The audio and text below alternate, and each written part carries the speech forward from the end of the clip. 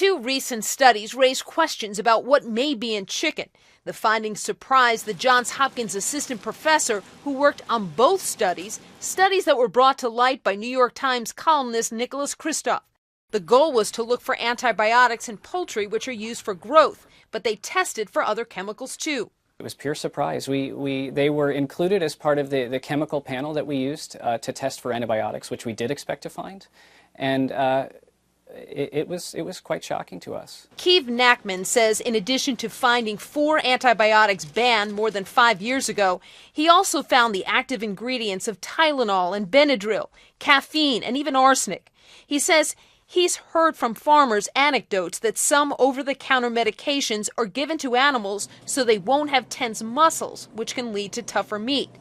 But he says there's no evidence of an immediate danger to people eating chicken because he didn't study chicken meat, he studied feather meal. Feather meal is a byproduct used as a supplement to feed animals. We didn't look directly at chicken meat, so we can only make inferences as to what we think might be in the meat based on what we found in the feathers.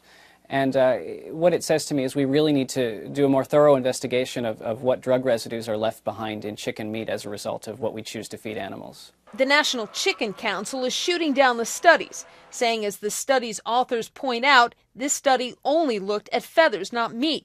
The group adds, chickens in the U.S. produced for meat are not given arsenic as an additive in chicken feed or any of the other compounds mentioned in this study.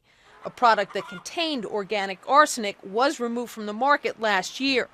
A veterinarian who works closely with the poultry industry also says inorganic arsenic is a common heavy metal found in soil and plants. Since most of the poultry's feed is either corn, 75% corn with 10 or 15% soybean meal, there's a possibility there could be some low levels of inorganic arsenic in the corn and soybean they eat. Keith Nachman says while there may not be an immediate danger, more research is needed. It only tells us that it would be worth looking in meat because some of these residues may also be there, but we can't say with any certainty that they are. A spokeswoman for the FDA tells us that the agency hasn't had enough time to review the studies in depth, but she says that the antibiotics mentioned in the study have been banned in poultry since 2004.